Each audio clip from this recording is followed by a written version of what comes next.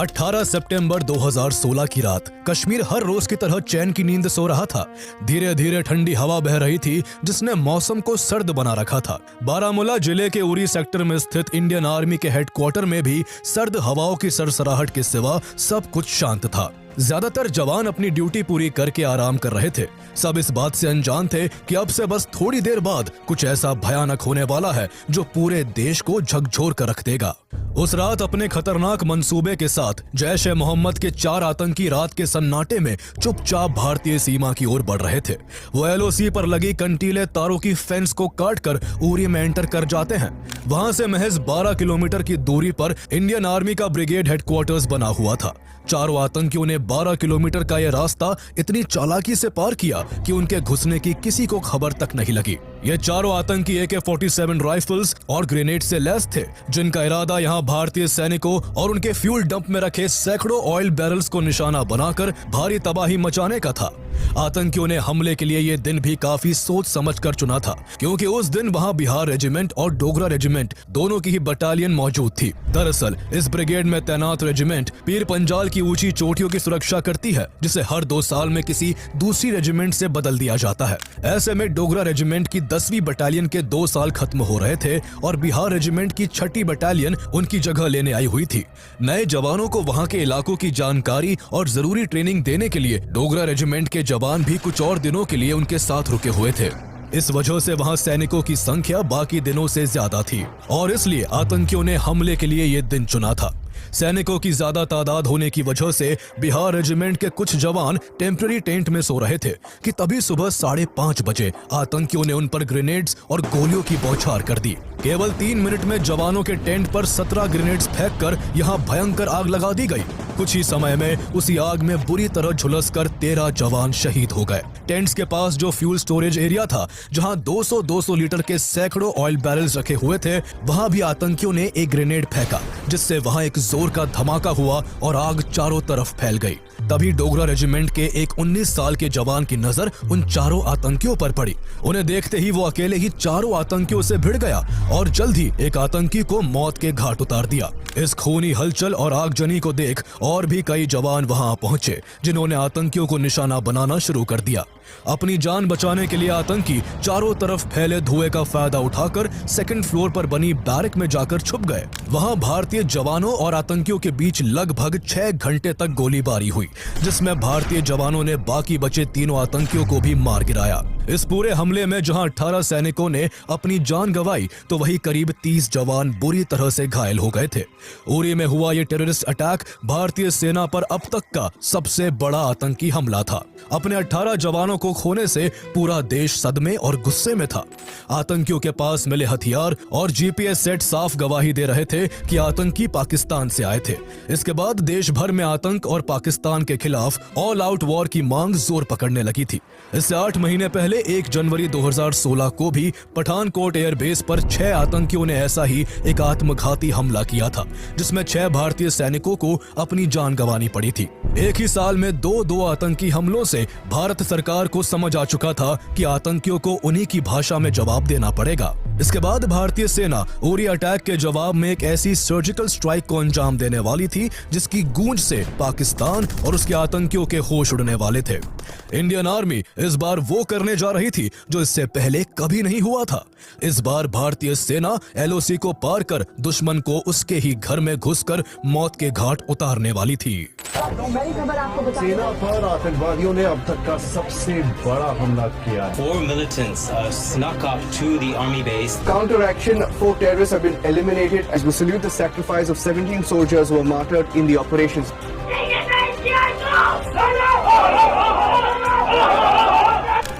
The Indian Army conducted surgical strikes last night at these launch pads.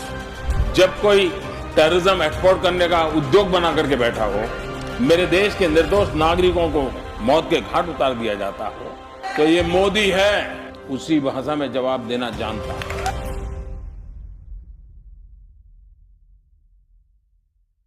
Uri में हुए इस आतंकी हमले और इसमें शहीद हुए 18 सैनिकों की खबर से भारत सरकार और भारतीय सेनाओं में हड़कंप मचा हुआ था। हमले के तुरंत बाद डिफेंस मिनिस्टर मनोहर पारिकर और आर्मी चीफ दलबीर सिंह सुहाग ने श्रीनगर पहुंचकर पूरी स्थिति का जायजा लिया।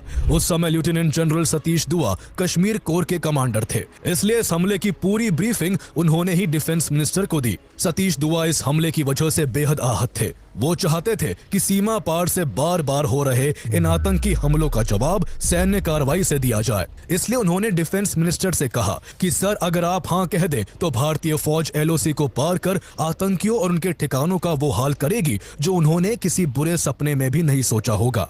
डिफेंस मिनिस्टर मनोहर पारिकर हर पहलू को ध्यान में रखकर हर एक पॉसिबिलिटी के बारे में जानना चाहते थे। उन्होंने सतीश दुआ से कहा कि सीमा पार इस सैन्य कार्रवाई में वहां के किसी भी आम नागरिक की जान ना जाए और साथ ही इस ऑपरेशन को अंजाम देने वाले किसी भी इंडियन सोल्जर की कैजुअलिटी ना हो। इस पर सतीश दुआ ने जवाब दिया कि आम नागरिकों की सुरक्षा की गारंटी तो दी जा सकती है, लेकिन युद्ध में सिपाहियों की जिंदगी की कोई गारंटी नहीं होती। उरी में अपने जवानों की दर्दनाक मौत से डिफेंस मिनिस्टर भी आतंकियों का खात्मा चाहते थे, इसलिए काफी सोच विचार के बाद उन्होंने मराठी में केवल एक शब्द कहा, बरोबर। जनरल दुआ के लिए इतना जवाब काफी था। अब बस केवल सरकार की तरफ से फाइनल सिग्नल का इंतजार था। इस बीच सेना ने जवाबी कार्रवाई के लिए अपनी तैयारी शुरू कर दी। आतंकी पाकिस्तान से आए थे, इसलिए भारत सरकार पहले पाकिस्तान से इस हमले को लेकर जवाब चाहती थी। इसे लेकर 21 सितंबर 2016 को भारत के then foreign secretary Subrahmanyam Jaishankar ने पाकिस्तान के हाई कमिश्नर अब्दुल बासित को समन कर उरी हमले में पाकिस्तान के शामिल होने के कई एविडेंस दिए। लेकिन हर बार की तरह इस बार भी पाकिस्तान मुकर गया और उसने इस हमले में अपना हाथ होने से इनकार कर दिया। पाकिस्तान बातों से मानने वाला नहीं था, इसलिए भारत सरकार उसे उसी की भाषा में समझाने का मन बना चुकी थी। इसको लेकर प्राइम मिनिस्टर नरेंद्र मोदी ने home minister Rajnath Singh, national security adviser Ajit Doval, defence minister Manohar Parrikar और आर्मी चीफ दलबीर सिंह सुहाग के साथ एक हाई लेवल इमरजेंसी मीटिंग की। इस मीटिंग में तय किया गया कि इस बार इंडियन आर्मी अपने जवानों की शहादत का बदला सीमा पार जाकर दुश्मनों को मौत की नींद सुलाकर लेगी। गवर्नमेंट से फुल हैंड मिलने के बाद आर्मी चीफ सीमा पार सर्जिकल स्ट्राइक के लिए जरूरी इंफॉर्मेशन जुटाने में लग गए। पिछले 25 सालों में इंडियन आर्मी ने टेररिज्म से निपटने के लिए पीओके में एक स्ट्रॉन्ग इंटेलिजेंस नेटवर्क तैयार कर लिया था, जो दुश्मनों पर नजर बनाए रखता था। उरी अटैक के बाद इस नेटवर्क की अहमियत काफी बढ़ गई थी। इसके बाद पीओके की तरफ से हो रही हर एक्टिविटी की जानकारी इंटेलिजेंस नेटवर्क के थ्रू लगातार भारत पहुंचने लगी थी। यहाँ से मिल रही इंटेल को सैटेलाइट द्वारा खींची गई इमेजेस से वेरीफाई किया जा रहा था, जिसमें सीमा पार दुश्मन के कैंपों की स्थिति, उनके सुरक्षा इंतजाम और आगे भारत की ओर से किए जाने वाले ऑपरेशन के लिए हर एक मुमकिन रास्ते को तलाशा जा रहा था। इस दौरान सैटेलाइट्स और ड्रोन्स की मदद से आतंकियों और उनके लॉन्च पैड्स की संख्या का पता लगा लिया गया। आर्मी की तैयारियों के बीच मीडिया में उरी अटैक को लेकर चर्चा जोरों पर थी, जहां पैनल में बैठे लोग भारत की ओर से किए जाने वाले पॉसिबल ऑपरेशंस पर बात कर रहे थे, जिससे इसकी तैयारी में जुटे अधिकारियों को डर था कि कहीं 26/11 की तरह इस बार भी दुश्मन को यह पता न लग जाए कि भारत कब, कहां और कैसे एक्शन लेगा। दुश्मनों के ठिकानों की पूरी जानकारी जुटाने के बाद 9 पैरा स्पेशल फोर्स और 4 पैरा स्पेशल फोर्स के 25 कमांडोज को सीमा पार इस ऑपरेशन को अंजाम देने के लिए चुना गया, जबकि करीब 150 कमांडोज को एलओसी के इस पार रहकर अपने साथियों को किसी अनहोनी की स्थिति में बैकअप देने के लिए तैयार किया जाने लगा। इन दोनों यूनिट्स को माउंटेन वॉरफेयर, काउंटर इंसर्जेंसी और काउंटर टेररिज्म के लिए ही ट्रेन किया जाता है, जिससे जब भी देश को किसी ऑपरेशन की जरूरत पड़े तो इसकी प्लानिंग जल्दी से जल्दी की जा सके। सभी कमांडोज को ऑपरेशन के दौरान दुश्मन की नजर और रेडार से बचकर छिपते हुए आगे बढ़ने, एलओसी के पार अपनी चौकियों पर गश्त दे रहे दुश्मनों को चकमा देने और दुर्गम पहाड़ियों और ऊंचाई वाले क्षेत्रों में सतर्क होकर चलने के लिए हाई ऑल्टीट्यूड नेविगेशन जैसी टेक्निक सिखाई जाने लगी। भारत इन सब में काफी सावधानी बरत रहा था, इसलिए इस ऑपरेशन का ना तो कोई नाम दिया गया और ना ही कोई कोड नेम। भारत नहीं चाहता था कि इस ऑपरेशन से जुड़ी कोई भी इंफॉर्मेशन लीक हो और इसकी खबर पाकिस्तान को लगे। इसी वजह से सेना की तरफ से सतर्कता इतनी थी कि इस ऑपरेशन की तैयारी के दौरान कोई भी ऑफिसर पावर पॉइंट प्रेजेंटेशन तक नहीं दे सकता था, और जहां भी कमांडोज को कोई चीज समझाने के लिए डायग्राम की जरूरत पड़ती तो उसे वही बनाकर तुरंत मिटा दिया जाता था। इसके बाद पीओके की ज्योग्राफिकल कंडीशन से से जवानों को वाकिफ करवाने के लिए इस ऑपरेशन की मॉक एक्सरसाइज मैप के जरिए करवाई जाने लगी। उरी अटैक के बाद केवल एक हफ्ते के अंदर भारतीय जवान दुश्मन को मुंह तोड़ जवाब देने के लिए तैयार थे। कमांडोज की सारी तैयारियां पूरी हो चुकी थी। उन्हें अब कार्रवाई करने के लिए केवल आदेश की जरूरत थी। आर्मी चीफ सही दिन के इंतजार में थे। उस दौरान यूएन के जनरल असेंबली का सेशन भी चल रहा था और फॉरेन मिनिस्टर सुषमा स्वराज 25 सितंबर को यहां स्पीच देने वाली थी। इसलिए सेना ने अपने ऑपरेशन को 3 दिन और होल्ड करने का फैसला किया। 26 सितंबर की रात सीमा पार करने के लिए मॉक ड्रिल की जाने लगी और जवानों को पीओके में मौजूद लॉन्च पैड्स को ध्यान में रखकर प्रिपेयर होने को कहा गया। ये लॉन्च पैड्स पीओके में वो आतंकी ठिकाने थे जहां से पाकिस्तान सैकड़ों आतंकवादियों को ट्रेन कर सालों से भारत पर हमले करवा रहा था। आतंकियों के इन लॉन्च पैड्स पर भारत की खुफिया एजेंसियां हफ्ते भर से नजर बनाए हुए थी। कुछ लॉन्च पैड्स एक दूसरे के करीब 500 मीटर की दूरी पर थे और पाकिस्तान की इंटेलिजेंस एजेंसी आईएसआई और पाकिस्तान आर्मी द्वारा ऑपरेट किए जा रहे थे। सभी टीम अपने अपने कामों में जुटी हुई थी और इस दौरान ही उन्हें पता लगा कि इन लॉन्च पैड से कुछ दूरी पर पाकिस्तान आर्मी की 8 पोस्ट्स है। उरी अटैक के वक्त यहां पाकिस्तान की तरफ से काफी हलचल देखी जा रही थी, लेकिन हमले के बाद उन सभी पोस्ट में पाकिस्तानी आर्मी की तरफ से कोई एक्टिविटी नहीं थी। इसलिए भारतीय सेना उन्हें फिर से एक्टिव होने से पहले ही यहां ऑपरेशन को अंजाम देना चाहती थी। कमांडोज द्वारा लगातार कई दिनों की जबरदस्त तैयारी के बाद आखिरकार 28 सितंबर का दिन आ गया। सर्जिकल स्ट्राइक के लिए 28 सितंबर की रात का वक्त चुना गया। इसकी जानकारी सेना और सरकार के केवल कुछ ही चुनिंदा लोगों को दी गई। एक ही समय पर भारत की 2 यूनिट्स पीओके के अंदर एक दूसरे के करीब 250 किलोमीटर की दूरी पर ऑपरेशन को अंजाम देने वाली थी। इसलिए सभी कमांडोज को सबसे पहले हेलीकॉप्टर से एलओसी के पास पहुंचाया जाना था। इस ऑपरेशन के लिए पीओके के भिम्बर, केल, हॉट स्प्रिंग और लीपा में सिचुएटेड 7 लॉन्च पैड्स की निशानदेही की गई थी, जो एलओसी से लगभग 3 किलोमीटर की दूरी पर थे। पीओके के अंदर दाखिल होते ही दोनों यूनिट्स को 3 से 4 टीमों में डिवाइड होकर इन टारगेट्स तक पहुंचना था। ऑपरेशन से पहले कुछ रिकॉनिसेंस पार्टीज को उन जगहों की रेकी के लिए आगे भेजा गया, जिनका काम ऑपरेशन को अंजाम देने वाली दोनों यूनिट्स को आगे के खतरों से अवेयर करवाकर उन्हें सुरक्षित रास्ता प्रोवाइड करना था। ऐसे में इन पार्टीज को लग रहा था कि उन्हें रात के वक्त लौटने के आदेश दे दिए जाएंगे, लेकिन ऑपरेशन के शुरू होने के बाद उन्हें मेन टीम के साथ मर्ज कर आगे बढ़ने का आदेश दिया गया। इस डिसीजन के चलते ऑपरेशन में शामिल कमांडोज की संख्या बढ़ गई, जिससे वो और भी ज्यादा इफेक्टिवनेस और कोऑर्डिनेशन के साथ अपने मिशन को अंजाम दे सकते थे। 28 सितंबर की रात 8:30 बजे पैरा एसएफ की दोनों यूनिट्स जवाबी कार्रवाई के लिए पीओके में दाखिल हो जाती है। 4 पैरा एसएफ के कमांडोज ने कुपवाड़ा सेक्टर से सीमा पार की, वहीं 9 पैरा एसएफ के जवान पूंछ सेक्टर से पीओके में घुसते हैं। सभी जवान Tavor assault rifle, M4 carbine, under barrel grenade launcher, Galil sniper rifles और Instalaza C90 disposable grenade launcher से लैस थे। इस दौरान उनके पास रात के अंधेरे में देखने के लिए नाइट विजन डिवाइस और साथ ही में हेलमेट माउंटेड कैमरास थे, जो इस मिशन की लाइव मॉनिटरिंग कर रहे थे। इसके अलावा एक ड्रोन भी कमांडोज के साथ साथ चल रहा था, जो इस पूरे ऑपरेशन की डायरेक्ट फीड कमांड सेंटर तक पहुंचा रहा था। पीओके में एंटर करते ही दोनों यूनिट्स के सभी कमांडोज पूरी सावधानी से अपने अपने रास्ते पर आगे बढ़ रहे थे, क्योंकि थोड़ी सी भी चूक पूरे ऑपरेशन को फेल कर सकती थी। सभी कमांडोज को इंटरसेप्शन से बचने के लिए रेडियो कम्युनिकेशन की सख्त मनाही थी। इसके बजाय उन्हें शॉर्ट रेंज के वॉकी टॉकी का इस्तेमाल करना था। कमांडोज इतने हाईली स्किल्ड थे कि ऐसी सिचुएशन में भी उन्हें तालमेल बैठाने में कोई दिक्कत नहीं आ रही थी। कुछ दूर चलने के बाद पहली यूनिट एक ऐसे मोड़ पर पहुंची जहां से टारगेट वाली जगह के लिए 2 रास्ते जाते थे। एक रास्ता छोटा था, लेकिन वो एक गांव के बहुत नजदीक से होकर जाता था, जबकि दूसरा रास्ता थोड़ा लंबा था लेकिन ज्यादा सूटेबल था। इसकी इंफॉर्मेशन कमांड सेंटर तक पहुंचाई गई, जहां मौजूद ऑफिसर्स सही रास्ते के चुनाव को लेकर कंफ्यूज थे कि कमांडोज को किस रास्ते से आगे बढ़ाया जाए। समय तेजी के साथ निकलता जा रहा था और फैसला जल्दी लेना था, इसलिए तय हुआ कि लंबे रास्ते को तरजीह दी जाए, क्योंकि गांव वाले रास्ते में अगर कमांडोज को देख एक कुत्ता भी भौंक देता तो पाकिस्तानी आर्मी को भारतीय कमांडोज की लोकेशन का पता चल सकता था और एक झटके में सारा प्लान चौपट हो सकता था। इसके बाद सभी कमांडोज पैदल ही दूसरे रास्ते पर आगे बढ़ते रहे। इसी रास्ते को फॉलो करते हुए थोड़ी देर बाद सभी घने जंगल में दाखिल हो गए, जो काफी डेंजरस था और जहां आतंकी जमीन के अंदर माइंस बिछा कर रखते थे। कठिन परिस्थितियों के बावजूद कमांडोज एक एक कदम फूंक फूंक कर रख रहे थे। अब उन्हें बस एक ही चीज का इंतजार था और वो था अपने साथियों का इंतकाम, जिसे जल्द ही दुश्मन अपनी जान देकर चुकाने वाले थे। सभी कमांडोज अपनी अपनी पोजीशन लेने के लिए आगे बढ़ ही रहे थे कि तभी पाकिस्तान पाकिस्तान की आर्मी पोस्ट की तरफ से उस एरिया को लाइट अप करने के लिए इल्यूमिनेशन राउंड्स फायर शुरू हो गए। पूरा इलाका रोशनी से जगमगा उठा। ये देखकर भारतीय कमांडोज के पैर जहां थे वहीं रुक गए। सभी के दिल में एक ही डर था कि अगर देख लिए गए तो कहीं पूरा ऑपरेशन चौपट ना हो जाए।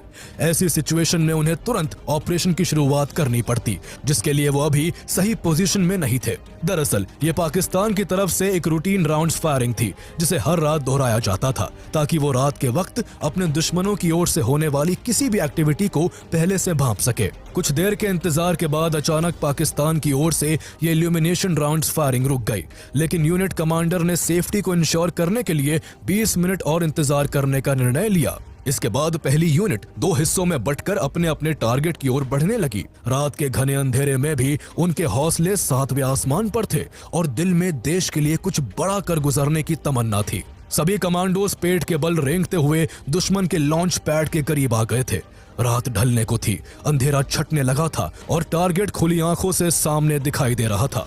बस देरी थी कमांड सेंटर से ऑपरेशन को शुरू करने के ग्रीन सिग्नल की। पूरे ऑपरेशन को भारत में बैठकर मॉनिटर कर रहे आर्मी के कमांड सेंटर ने टारगेट पर अटैक की मंजूरी दे दी। तभी पहली यूनिट के कमांडर ने अपने नाइट विजन डिवाइस से लॉन्च पैड्स के पास पहरा दे रहे 2 आतंकियों को डिटेक्ट कर लिया। ऐसे में 2 कमांडोज ने बाकी के साथियों को बैकअप देने का काम किया और अपनी जगह से ही पहरा दे रहे आतंकियों पर अंधाधुंध फायरिंग शुरू कर दी, जिससे बाकी कमांडोज तेजी के साथ बिना किसी रुकावट के आगे बढ़ते चले गए। इस दौरान सभी थोड़ा झुककर दौड़ते हुए गोलीबारी करते हुए ठिकाने की ओर बढ़ रहे थे। सभी ने एक साथ कई ग्रेनेड्स दुश्मनों के लॉन्च पैड पर दाग दिए, जिससे कई आतंकवादी चंद मिनटों में ही मारे गए। बाकी बचे आतंकियों को भी जवाबी कार्रवाई का कोई मौका न देते हुए कमांडोज ने करीब आधे घंटे के अंदर सभी को मौत के घाट उतार दिया। वही पहली यूनिट की दूसरी टीम के कमांडोज अपने काम को खत्म कर अपने दूसरे साथियों के पास लौटने लगे कि तभी उन्होंने देखा कि 2 आतंकी पीछे से छुपकर भारतीय सैनिकों पर हमला करने की कोशिश कर रहे हैं।